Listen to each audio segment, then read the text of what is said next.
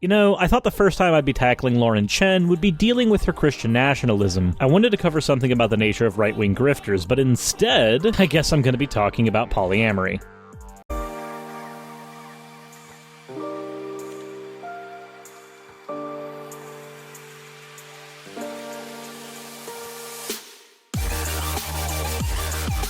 Alrighty everyone, I hope we're ready to strap in for a frustrating one, but before we do that, fan art. First we have a thick magical girl Suris by Bumblin' Bee, then we have another Rule 63 Suris by Napkin Squiggles, and then what looks to be a VR avatar Suris. This one's from Swaglord420, and I swear if I actually see this model floating around in VR chat, I'll be impressed. Anyways, on to the video. Polyamory, right? It's kind of like this trendy topic. We're hearing about it more and more. Non-monogamous relationships, and usually it's kind of in the, I guess, like open relationships. So if we were in an open relationship, I would have another boyfriend, you would have another girlfriend kind of thing. At least, yeah. Alrighty, let's go ahead and begin with all the things they're getting wrong. While terminology tends to get used a little looser in polyamorous circles, there's not exactly a Bible for how to have multiple partners, but in general, an open relationship is not what someone's talking about when they use the words polyamory. Generally speaking, open relationships are about having multiple sexual partners, and generally follow a less strict set of rules than polyamorous relationships. For instance, in most open relationships, you might be able to go hook up with somebody at the bar, and then tell your partner about it later. Most polyamorous relationships, though, would view this as cheating, just like in any other monogamous relationship. In your standard polyamorous relationship, you have to have communication with your partners before you bring anybody else in. These conversations can involve anything from when you should get tested for STDs, how many people you're comfortable having in the relationship proper, how many partners are allowed in the same house, sleeping arrangements, etc. Whereas an open relationship usually plays with these concepts a little more fast and loose. As an example, I'm a polyamorous person, but I could not function in an open relationship. Yes, if not more, we just a whole connection of people dating each other. This is a clip I saw circulating on social media. What makes this different is that it's technically a polyamorous relationship, but the woman is the only one with extra partners. So this is one woman with 4 boyfriends. She dates all of them, but they only date her, and they all also live together. And it's off. Yeah, I don't have words. Just play the clip. I guess I can't describe. What's wrong, Lauren? You seem to be cringing a lot, and that's kind of confusing to me. You'll actually notice throughout the episode she'll do this thing where she cringes and wheezes, but doesn't actually say what the problem is with what she's showing. She just knows the audience that she's pandering to, so she doesn't feel like she has to explain further. Now that I've thoroughly poisoned that well, let's see if you guys can catch it throughout the episode. This is Tori. She fell in love with Travis and Ethan and Mark and Chris. Their 4-way relationship is working wonders for them. The room that has the bigger bed that people will swap in and out of every night, just so that everyone can get equal turns, you know, sharing a bed. While this is like mine and Travis's room, we keep all of our stuff in here. People are rotating in and out. Yeah, so that's from this channel, Barcroft TV. You can find the whole, I think it's like an 8-minute clip on YouTube, which is where that is from. And I think that's probably even part of a bigger segment. Probably. I don't know. We've done enough research, I think. Yeah. So wait, it's probably part of a bigger segment, but you don't know. And you feel like you've done enough research. But you don't know if the clip that you're using in your video is part of a larger segment. I'm having a hard time wrapping my head around that. You think you've done enough research, yet you haven't done enough research to know the full context for the clip that you're commenting on. I think I just found something that's analogous for almost the entirety of right-wing commentary on YouTube. Ignore extra information, ignore nuance, talk about knee-jerk emotions and reactions and feelings. Yeah, personally, I don't care to watch any more of that than I already have, but it's so sad. Wait, why is it sad? I mean, they're in a relationship, and they're happy. At least they seem to be happy. What's sad about that? Why are you sad that other people are happy? That's kind of a weird thing, isn't it? You being sad or upset that other people are happy when their version of happiness just happens to not align with yours? How do you like that imagery, though? Of them all on the couch together? No, when she says bigger, this is where the bigger bed is, where everybody can flop in and out of. Yeah. It's like, oh, that's just great. That's what I want in my brain. And part of me is also like, given the circumstances, flop might be the perfect way to describe those guys. Yeah. That might be just about all that can be done. Can you imagine cycling in and out of your partner's bed in order to make room for their other partners? Like, in the same bed. I mean, yeah, I actually can imagine that. That's what we do at my house, considering that I have 3 partners. We have 2 beds, and everybody cycles around on the beds as they see fit. There's usually a quick discussion before sleeping on who gets to sleep where. But yeah, personally, I can imagine that. I literally live that. Like, last night, me and Aaron were sleeping on the high bed, and Raz and Emmett were sleeping on the low bed. That sleeping arrangement may be different tonight. Who knows? Like, there's no way they change the sheets every night. Like, there's... And the only guy that seems to be actually enjoying himself, and he creeps me the heck out, is the Travis guy who looks like Sid the Sloth. You guys know what guy I'm talking about? Yeah. He drives me nuts. This guy in particular, I can't. He makes my spine crawl. Like my skin is crawling. Yeah. Because he's a dude who's got a bit of an overbite, and he looks lanky? I mean... Okay, don't know why that's something you would focus on, unless there's a particular genetic component to some of your arguments. I have no idea where the origins of any genetic components to any arguments you might have for Western civilization would come from.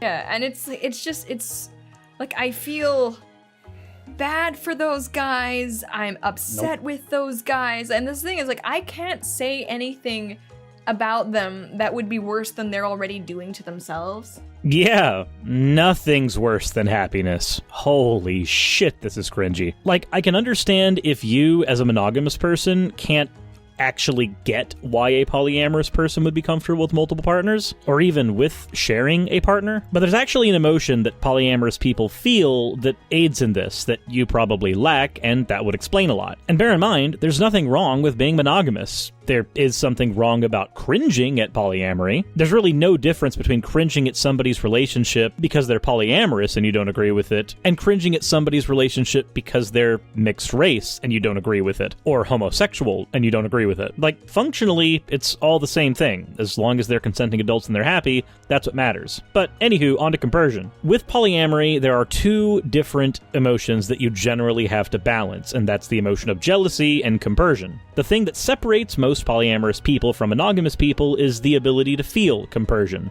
Compersion, in short, is the feeling of joy one has when experiencing another's joy, such as witnessing a toddler's joy, and then feeling joy in response. This is the same emotion that one feels when they see their partner being happy with another partner, like when Emmett and Raz get to go on a date, or Aaron and Raz get to go on a date. I'm happy for them. Not just happy that they're happy, but I actually feel joy in response to their happiness. The opposite of this would be jealousy, where when your partner's enjoying another partner, you're not feeling joy, you're feeling some type of agony. You can't get away from jealousy. That's an emotion you're going to feel regardless. Human beings are possessive creatures after all. The thing with polyamorous people is we can usually feel compersion when we see our partners with other partners, as long as the other partner is seen as healthy for our partner. So when you say things like you can't say anything as bad as what they're doing to themselves, they're just being happy, and they're sharing in their own partner's happiness. At least that would be my assumption, doing just about as much research as you guys have done. And it's like, people, this is so mean, but it's so true. People in the comments of that video were saying that it looks like it smells bad, right? Yeah. Like, you can smell this footage. It's not good. And that's another point that I have some issue with. There seems to be a trend in a lot of the really cringy right-wing audience. A lot of your groypers or alt-right apologists, they like to throw around this thing, like saying they can smell your room. I've gotten this comment a lot, and it doesn't really bother me because the comment's just strictly an ad hominem. And just so everybody in my audience knows, ad homs and insults are not the same thing. Some insults can be ad hominem, but not all of them are. But when you say things like you can smell the room that somebody's in when they're making an argument or trying to talk about their lifestyle, it's generally done in an effort to undermine whatever they're going to say, making it ad hom, which, as anybody who knows the very basics of philosophy would understand, is a fucking fallacy. Congratulations, Lauren, you're up fallacy lane. I agree with that, and I don't want to rag on them too much because it's already like this is the Yeah, exactly. bottom They're of the already barrel, going through. but it's Like, they also look like I expected they would look. That's a fun one to play with. I can go ahead and do it to you as well. Now, granted, I see no problem with monogamy, but let me pretend that I was one of the stuck-up polyamorous people that tries to say that polyamory is better than monogamy. I can LARP that for a couple seconds to prove a point. Wow, you only have one partner? How sad for you. I mean, I guess I can't really be that sad. I mean, you're doing it to yourself. God, you're so insecure. Wow, that's Man, I left a lot of those emotions back in the 8th grade. It's so weird to talk about a bunch of adults acting like children because they're afraid someone else is going to take their favorite toy. But, you guys really are doing it to yourselves, though. Now, again, disclaimer, I don't actually feel any of those emotions. I'm just pointing out that I can throw the shoe on the other foot and play that exact same game. Yeah. All of them. All of them, yeah. Anyways. Yeah, Paul Joseph Watson, a while ago, he did this video on, I don't think the term he used, but vagina hyperinflation. The overvaluing of female partners, and I feel like that's what's happening here. Yeah, are you kidding me? Because it's like she's like a 3, but they're like 1s. I mean, based on your personal standards, but again, I don't know what possible reason you would have to bring in aesthetics and genetics into an argument like this. I can't think of any crowd that is predominantly right-wing that would potentially have any reason to talk about genetics. I'm not going to try to put any of them on a scale to counter this point. I would just say that they apparently meet each other's definition of beauty in some way, shape, or form, and that's fine. But as a fun counterexample, I could just go ahead and bring up myself. I can do the shoe on the other foot thing. Is that same type of overvaluing happening in my relationship when it involves one guy and 3 people who present female? Like, there's only one penis here. Not that that would be any of your business anyways, but is that same cultural phenomenon happening in my isolated incident? I mean, you guys did plenty of research, you said so yourself. I would think that research would have also included instances where there's only one penis involved and multiple vaginas, as opposed to the instance that you're bringing up here. You wouldn't be being selective with what you're presenting to your audience in order to cultivate a narrative, now would you? That would be supremely dishonest. So this is like nightmare fuel. Yeah. This is what this is. None of it makes any sense to me. But I thought you did plenty of research. This should make perfect sense to you. You said you did plenty of research for this. Like, you said that in the beginning of your video. If it still doesn't make sense to you, then you obviously haven't done enough research. That's like sitting down for a history test and getting all the answers wrong, and then trying to tell your teacher that you did plenty of research. They're gonna laugh at you, like I'm doing right now. Yeah, I don't enjoy having watched this, but it turns out as if the story is like... this woman is actually pregnant with someone's child. Yeah. Yes, they had sex, so pregnancy happened. Do you not know how making babies works? Who? Well, just keep watching to find out. So I am currently about 23, 24 weeks pregnant. We found out a couple weeks ago that we're having a girl. We're very excited. And so who's the father of the baby?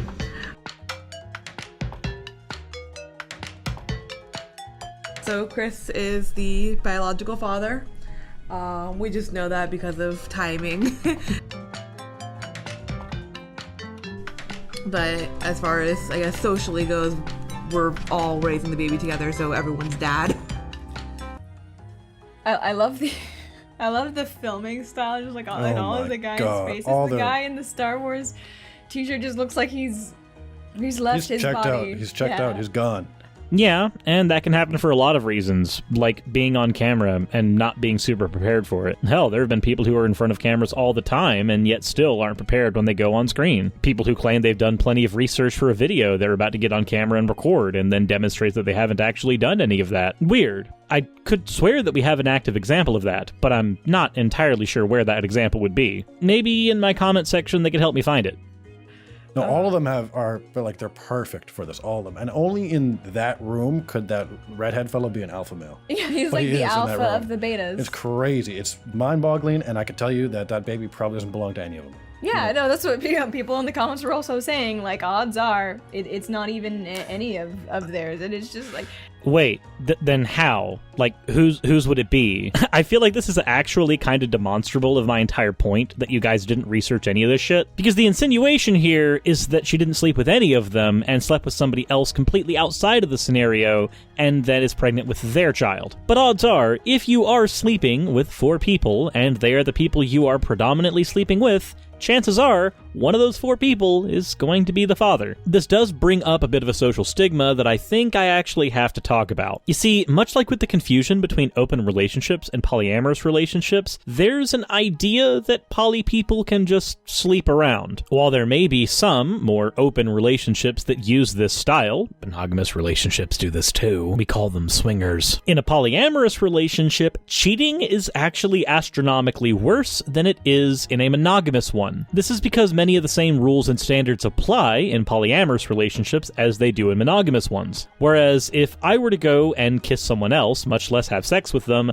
I wouldn't just be cheating on one partner. I would be cheating on 3 partners. And if you think the scorn you receive from one partner when you fucked up is bad, try receiving it from 3 at once. Believe me, cheating is much, much worse in polyamorous circles. There's another aspect to it that makes it worse as well. You see, there's not a whole lot of polyamorous people around. We generally gravitate to the same social circles. Most people do this by finding local meetups or getting into Facebook groups. So what happens when your only method of meeting other poly individuals is a group that you share with all of your partners, and then you cheat on those partners? Information like that spreads like wildfire, and your ability to date anybody in your circle again is completely destroyed. And these social circles can have, anywhere from 10 to 200,000 people, depending on if your community is local or online. So whereas in a monogamous relationship, if you cheat on your partner, it's a bad thing, and they might be able to spread that information to a lot of people within your close-knit circle, the nature of how most polyamorous people have to find each other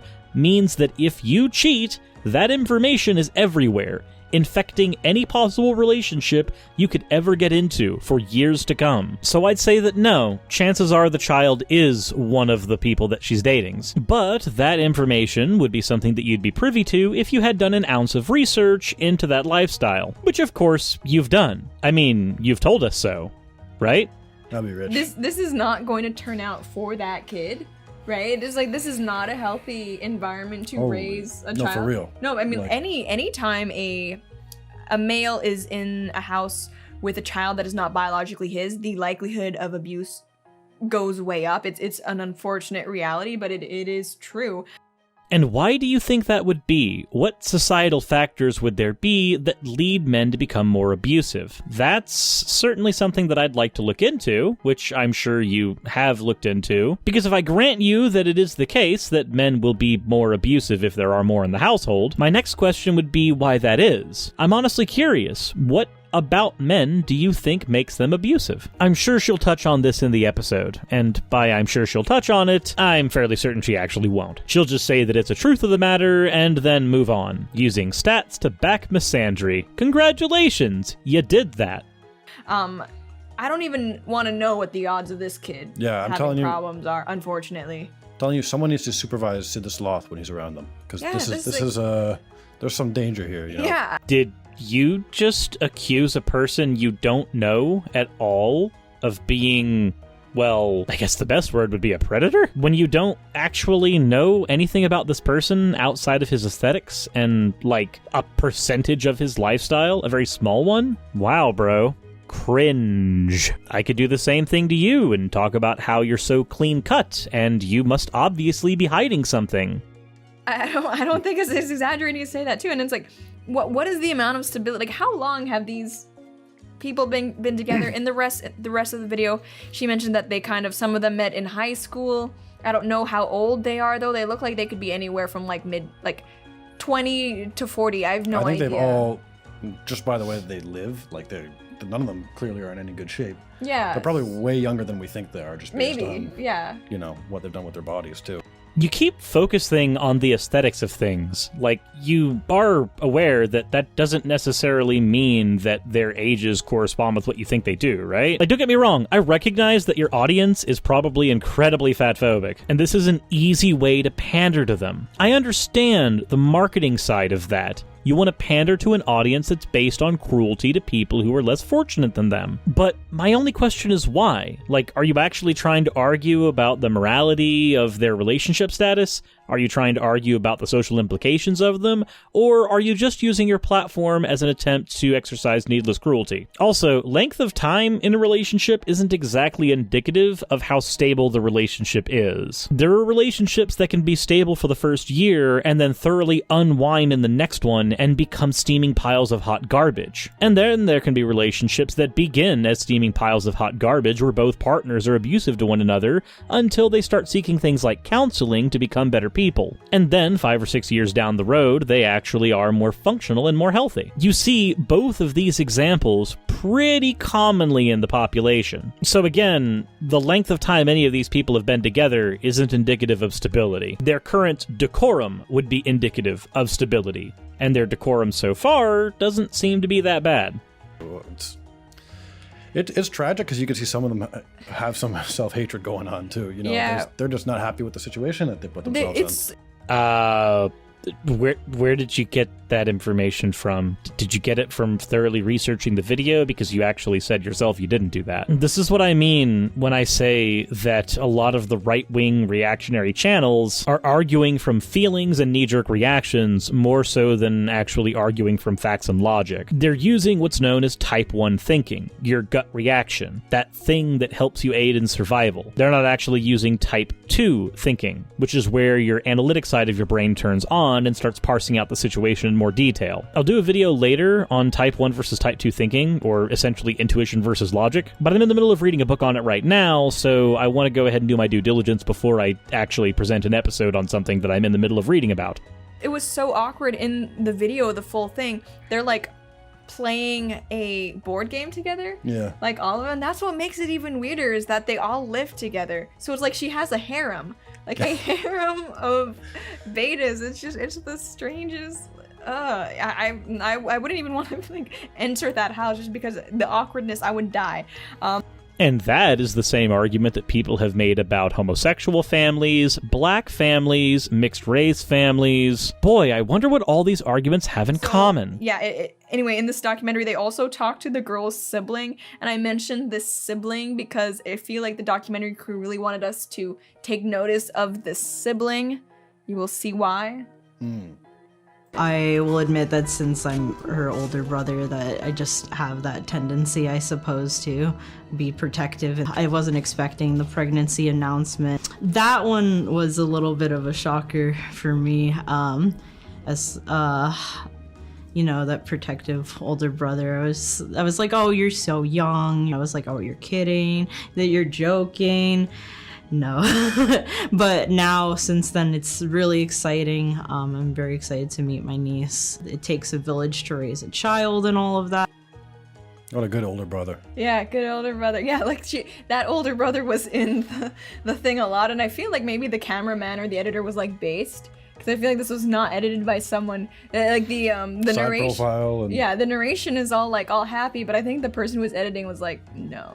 Well, I think a lot of it was when you saw that they have a great working relationship, and then it just pans on other faces, and they're all contorted in some kind of pain. Yeah. It's like, it's like no, it's not. It was genius work. Yeah, it's like the most passive aggressive, unflattering editing you could imagine. It's like they're not gonna like. I hope they didn't totally take people out of context, but it's. Yeah, it would sure be a shame if they were to have taken any of them out of context. I wonder what types of practices would have led to taking any of these clips out of context, not thoroughly looking into all of the information regarding this, that couldn't possibly lead to taking people out of context.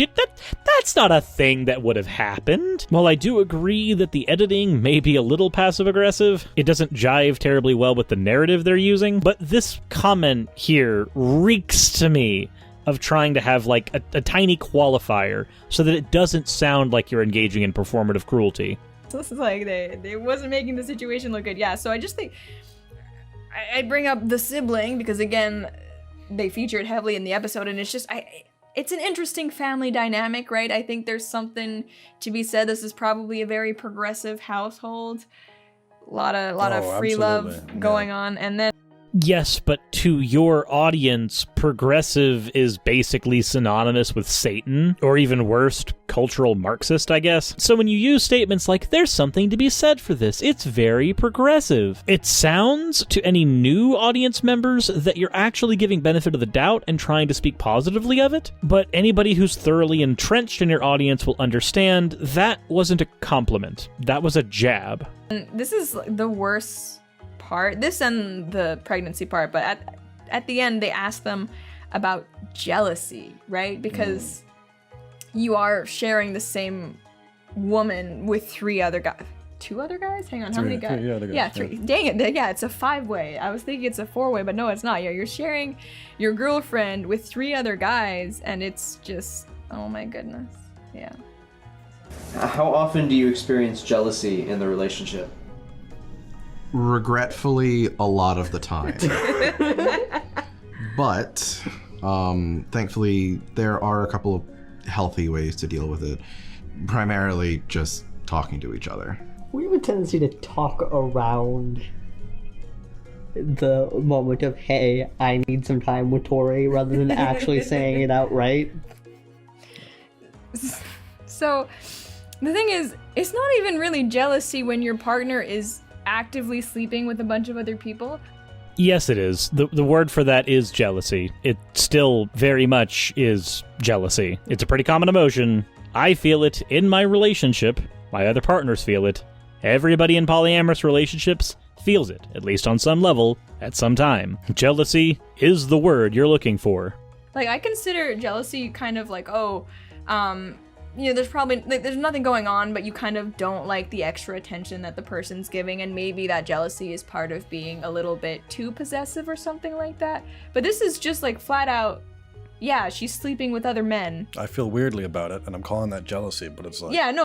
Let's see here. Let's go through some of the definitions of jealous real quick in order to see if this fits. Let's see. Definition 1. Feeling or showing envy of someone of their achievements or advantages. Synonymous with covetous, envious, desirous, resentful, grudging. That fits, but it's not perfect. Feeling or showing suspicion of unfaithfulness in a relationship. Being insecure, distrustful, or suspicious. Yeah, that could apply, but I think the third definition applies perfectly. Fiercely protective or vigilant of one's rights or possessions. We, as humans, are really, really possessive creatures, and when we are in relationships, we feel possessive over our partners. This is both a good and bad thing. It can lead to people being incredibly protective and making sure that their partners don't get hurt, but it can also lead to objectifying your partner and not taking their wants and needs into consideration. If you have 4 people dating the same person, and they all feel that feeling of possession, then yes, jealousy fits. It loosely fits in the other usages of the word, but in this one it fits perfectly. You may think that a more extreme emotion might fit, but remember, you're viewing this through a monogamous person's lens. I don't know how many times I need to keep saying that you didn't do enough research into polyamory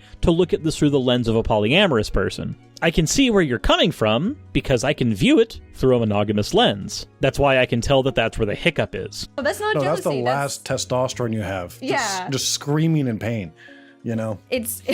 Ah, yes. More arguments from genetics. The Nick Fuentes low testosterone apologetic. My favorite post-ironic bullshit. As if testosterone had anything to do with this. It's very...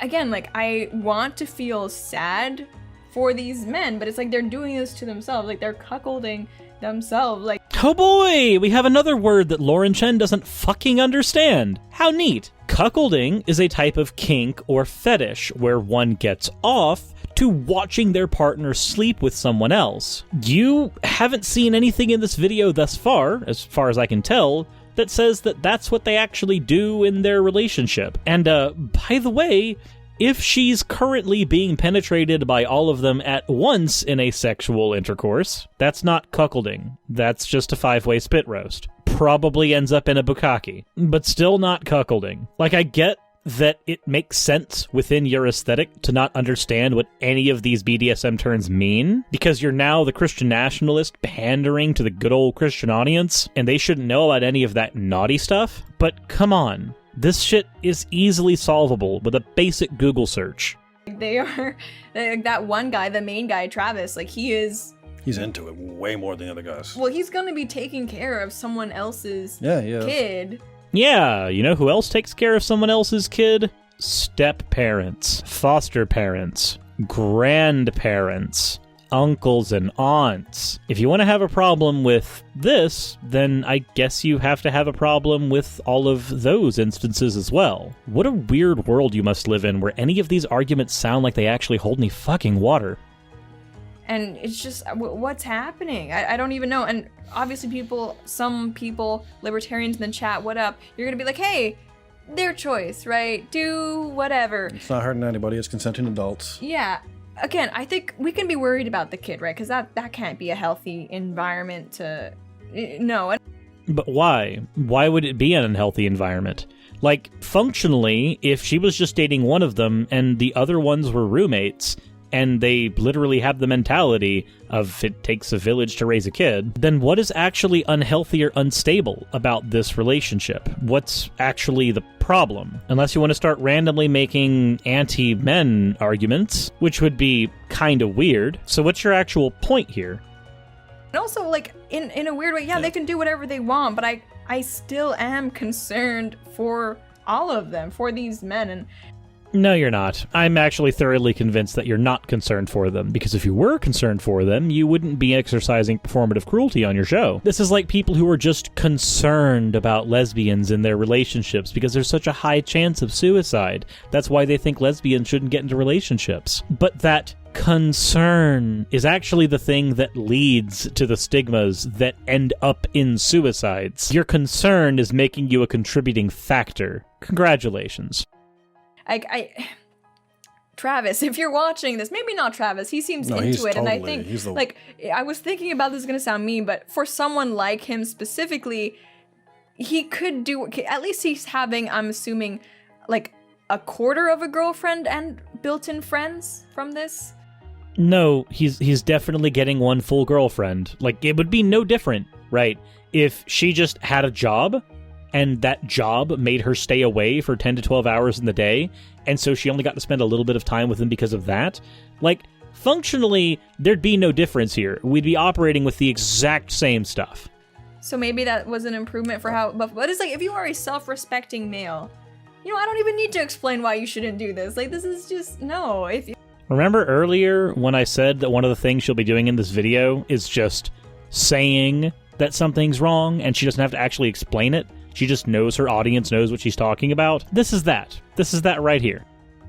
If you're... It's self-evident. It's self-evident. Yeah. You know, you shouldn't do this. And we were talking about, like, how do you even qualify that? I forget what her name is. Tori or something like that? Oh, yeah. It's like, is she just like a total boss who has this harem, and is she working? Do these men like support her? What is happening? How did they enter into this? Like, I don't want to know the answers to these questions. So then why in the world did you ask any of those questions? What was the point of that? If I were to hypothesize as to how they got in their relationship, they all realized that they love Tori, and they are willing to be in a relationship with Tori, recognizing that they will be sharing Tori. Like, that's really the end-all be-all. That's where it begins, that's where it ends. Like, when I realized I liked Raz, we started dating at a convention. And then when I realized I liked Emmett, we had a conversation and realized that Raz liked Emmett as well, so that relationship sprung forth. The same thing happened with Aaron, and a conversation was had with Emmett as to whether or not that would be okay. Like, these things happen more naturally and organically than you would be led to believe by someone like Lauren Chen.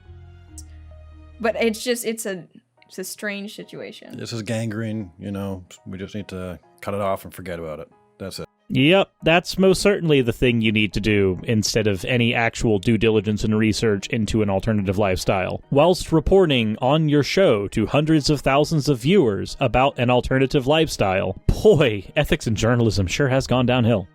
You know, just forget about this whole situation. Yeah, but it's just like, it's funny because I feel like if you're engaged in this kind of relationship, the least you can do is like be really secretive and ashamed about it. Oh boy, I've never heard that argument before about, again, mixed race couples or gay couples.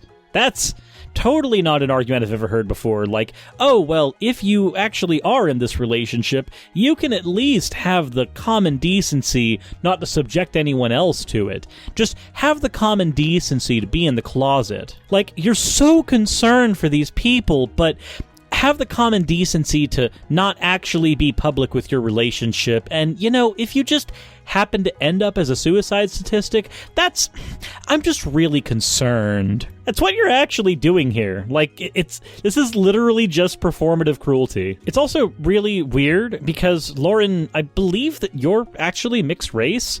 And this is an argument that would have been used against your parents in times past. But now that that's the established norm, I guess it's okay to be a conservative and maintain that status quo. But oh no, if someone else's relationship happens to be a little bit weird, have the common decency not to be public about the fact that you're in a relationship. I mean, I know that other people can do this, but we're just not comfortable with your multiple partner relationship. Fucking dumb shit. Yeah, really. I would think, right? Just like never speak of this. I think that guy on the left, that was his plan.